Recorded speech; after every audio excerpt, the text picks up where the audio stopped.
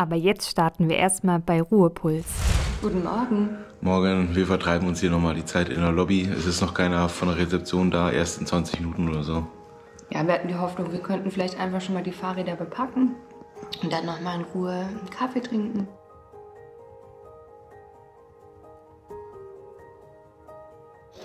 So, es geht los. Und er hier kommt mit.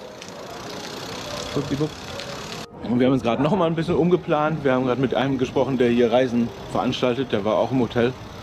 Mit dem haben wir uns 10 Minuten lang unterhalten. Er hat uns noch ein paar Tipps gegeben. Ja, jetzt fahren wir das Tal der Tränen und entlang so ein paar kleiner Stauseen, wo wohl nichts los ist. Und Anne, gute Laune oder eher schlechte Laune? Ich frage mich gerade. Ja, was du mich immer fragst. Ja? So sieht das Profil des Tages aus. Am Anfang geht es einmal krass rauf. Das wird das Tal der Tränen sein. Was machen wir nun genau? Wir starten in La Aldea de San Nicolás am Hotel und folgen da der GC 210, hier in blau dargestellt. Ein wunderschönes Tal, ihr werdet es jetzt ja sehen. Und dann zweigt irgendwann rechts die GC 606 ab, hier in rot dargestellt. Das ist das, was man mit Tal der Tränen oder Valley of Tears meint. Ein Abschnitt, der sehr steil ist und sehr einsam.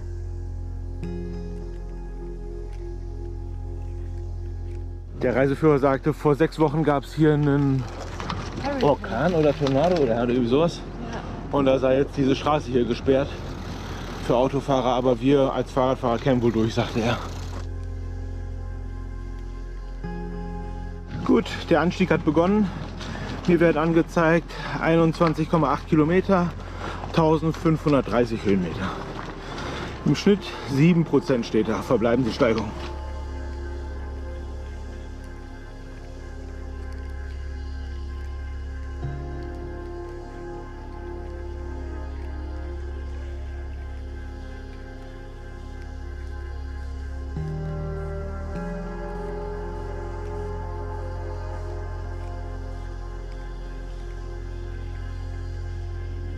So rau und zerklüftet wie das Gebirge hier ist, so ist auch die Straße, aber wunderschön, ne?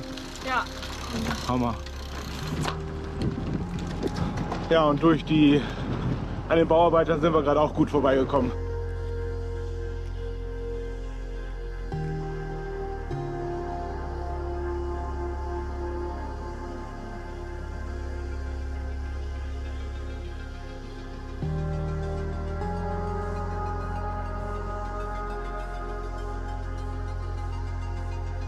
Nach der Baustelle gerade kann man sich eigentlich sicher sein, von hinten kommt kein Auto und dann von vorne eigentlich auch nicht. Also auch cool. kein Safety Car. Auch kein Safety Car? Ja. Du meinst für die Bergung? Ja. Ich höre Anne. Unser Safety Car Treiber.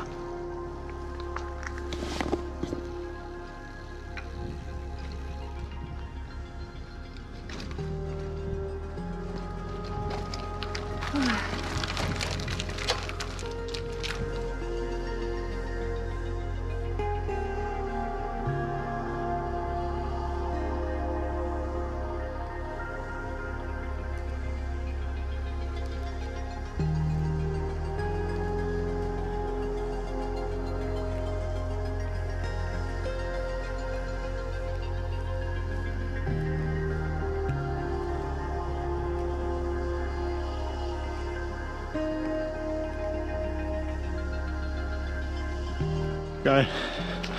Einfach geil.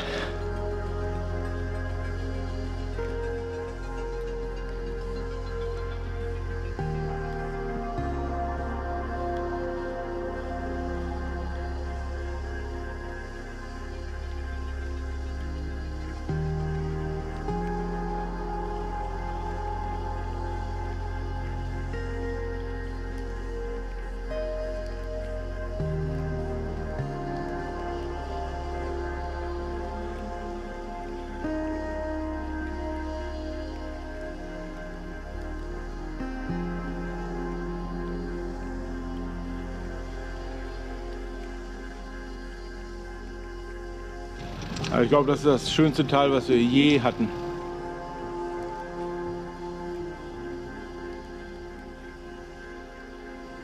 Kurze Trinkpause.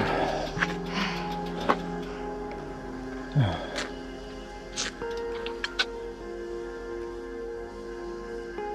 Noch eine Story von gestern Abend.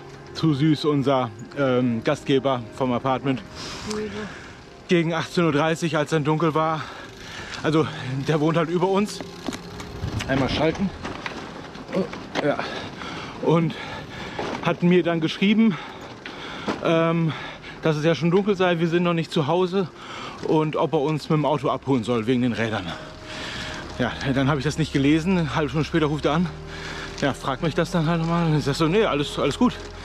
Wir übernachten heute woanders mit den Rädern. Wir kommen morgen wieder. Ah ja, okay. Ja, und dann im Nachhinein haben wir dann nochmal geschrieben. Und dann, was er auch in Betracht gezogen hat, war, dass wir schon weg seien über Nacht, weil es war so aufgeräumt. Die Stühle auf der Terrasse waren alle schön hingestellt und wir hatten auch den Müll rausgebracht und wir waren nicht mehr da. Und dann hat er schon gedacht, wir seien auch vielleicht schon abgereist oder so. Ja, auf jeden Fall. Nee, auch nicht. Und ja, total gut. Ja. Der kümmert sich. Unser Diego. Ja. Also, das ist ein Apartment, falls ihr auch mal sowas macht oder ja, falls ihr auch dahin wollt. Ihr habt ja jetzt den Pool gesehen und so weiter. Ich kann noch mal ein paar Bilder einblenden. Ihr müsst einfach auf Airbnb gehen, Arucas eingeben und dann findet ihr das Inserat schon. Ja? Man sieht ja den Pool auf dem ersten Bild. So, wir sind jetzt unterhalb der Staumauer. Anne D. kommt auch.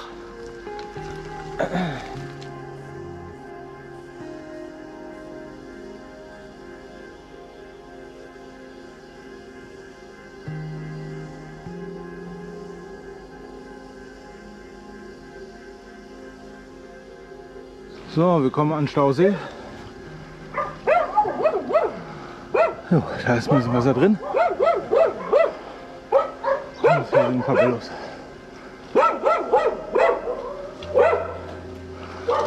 Ja.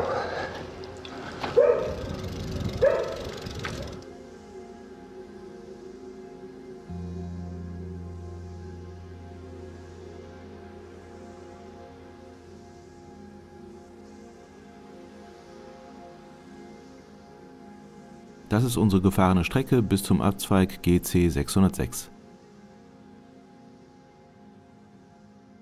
Ja, jetzt stehen wir an dem entscheidenden Punkt, wo es hier hochgeht zum Tal der Tränen, GC 606. Und hier links geht es weiter über die GC 210. Ja, und wir nehmen jetzt das Tal der Tränen in Angriff. Genau, 495 Höhenmeter haben wir bis jetzt. Ja. Genau. Wir könnten etwas Glück haben, weil die Strecke liegt im Schatten. Ja, Schatten, es ist mega ruhig, ist einfach nur genial, oder? Ja, ich dachte, es wäre wie bei Alpe d'Huez, dass jetzt hier Rennradfahrer en masse sind. Nee, aber leider, bisher, Gott sei Dank gar nicht. dann sieht niemand, wenn ich schieb. Ja, nur die Kamera. Und das Kamera. sieht ja keiner. Gut, die ersten Meter. Ich habe gelesen, dass insbesondere die ersten 2 Kilometer wohl extrem sind, mit 20% Steigung. Und danach wird es aber flacher. Jo, das ist ordentlich. Jo, nach der ersten Spitzkehre war es echt so steil. Oberkörper nach vorne beugen, zusehen, dass das Vorderrad nicht hochgeht.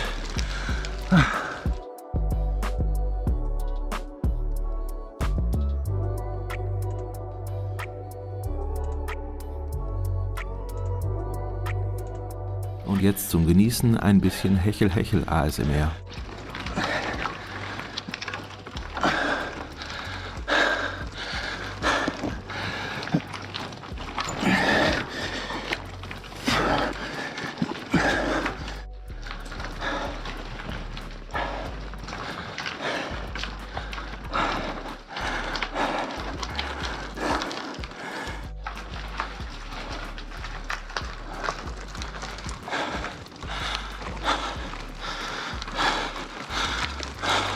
Erste Pause.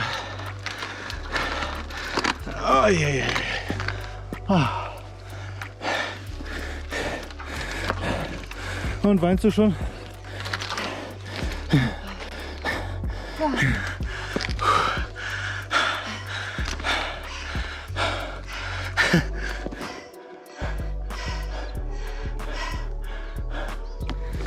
Ja, trinken. So sieht es von oben aus.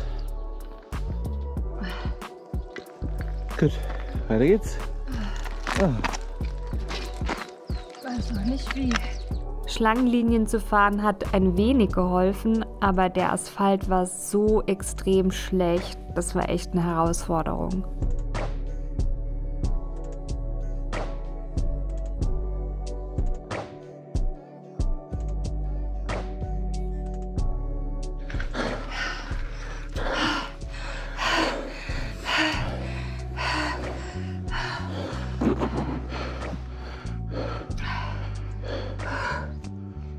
Einen Kuchen kannst du mir auch mal geben. Besser früh als zu spät. Wir nehmen jetzt die harten Drogen.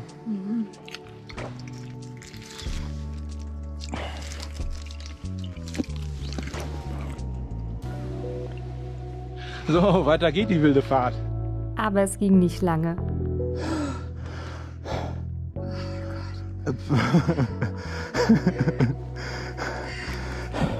Denk an den Stolz, den du hast, wenn du oben bist.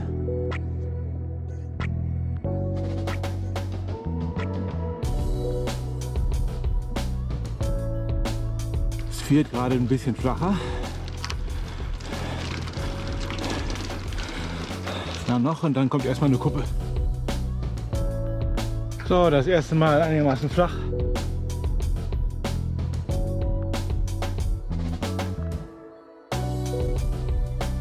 Jetzt kommt dieses schmale Stück, wo es links und rechts jeweils steil runter geht.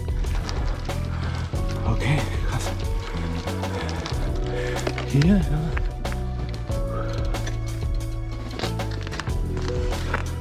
Und da.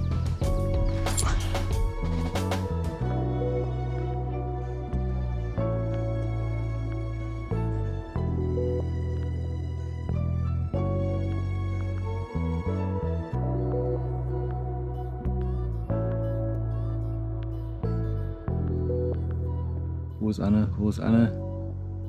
Na, kommt sie? Ach, da ist sie. Da bleibt manchmal ein bisschen mein Herz stehen, wenn Anne dann nicht kommt.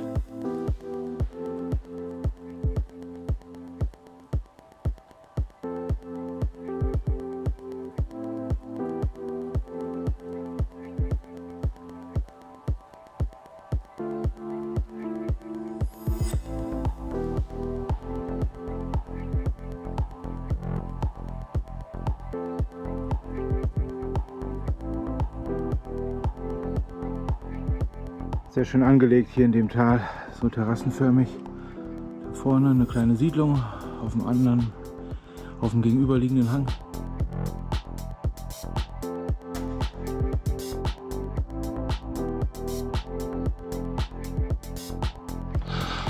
Anne schiebt gerade mal ein bisschen. Das ist auch absolut okay. Wenn es hart auf hart kommt, muss jeder gucken, wie er selbst hochkommt. Fahrend oder schiebend. Oder pausierend. Da muss man jedem seine Freiheit lassen. Wir rollen wieder. Jawohl.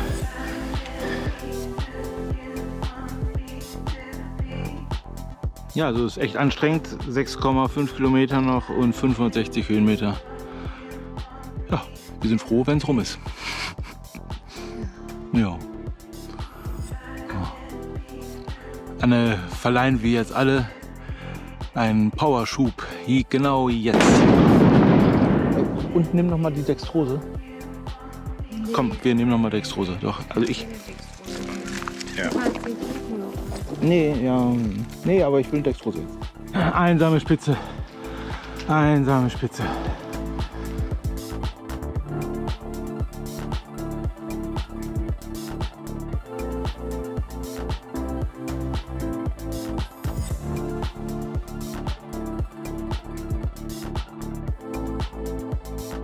Es ist echt arschviel auf einmal, aber 75% haben wir geschafft.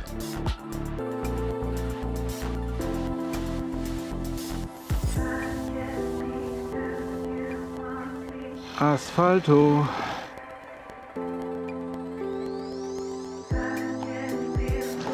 Agua no potable, nicht trinkbar.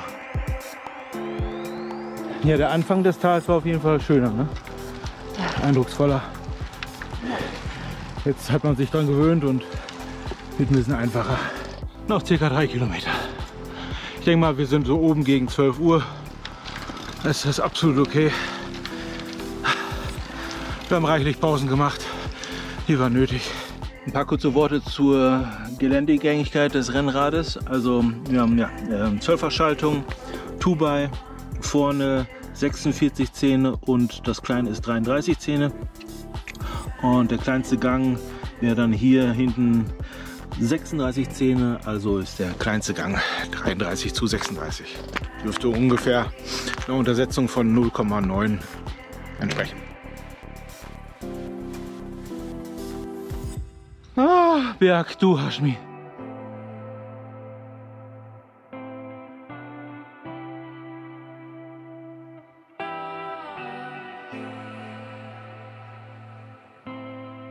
Da vorne an der T-Kreuzung geht es links für uns runter. Die letzten Meter bis da oben noch.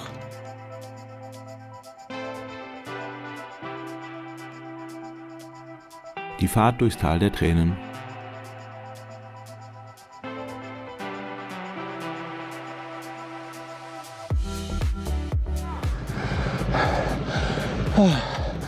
Wir haben es geschafft.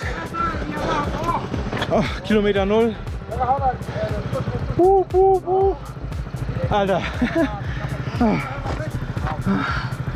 Oh, mein Gott.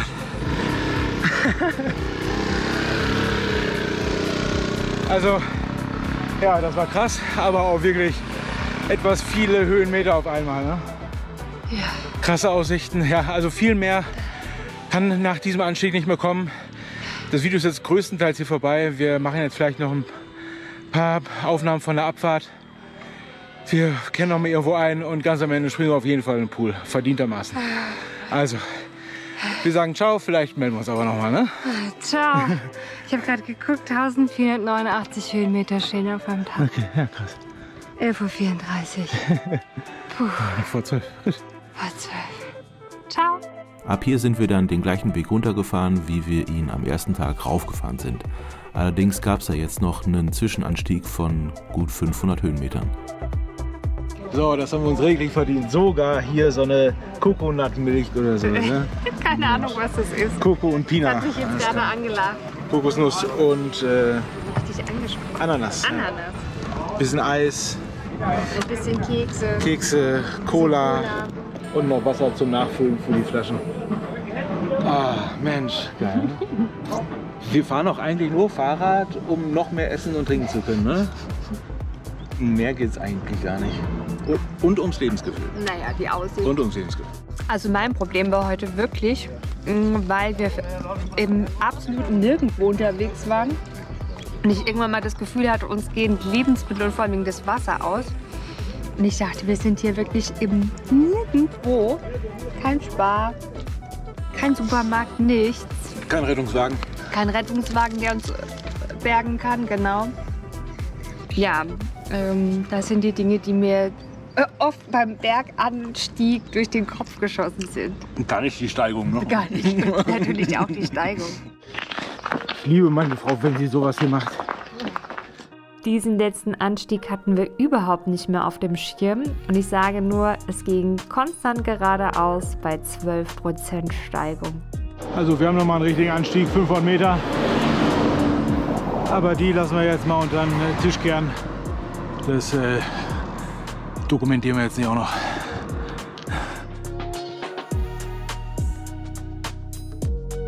Und dann ging es lange bergab.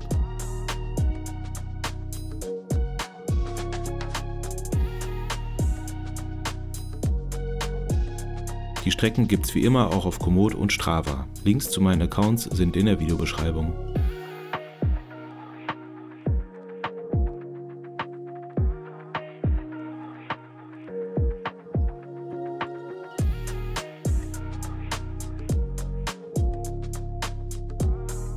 Wir sind wieder zu Hause.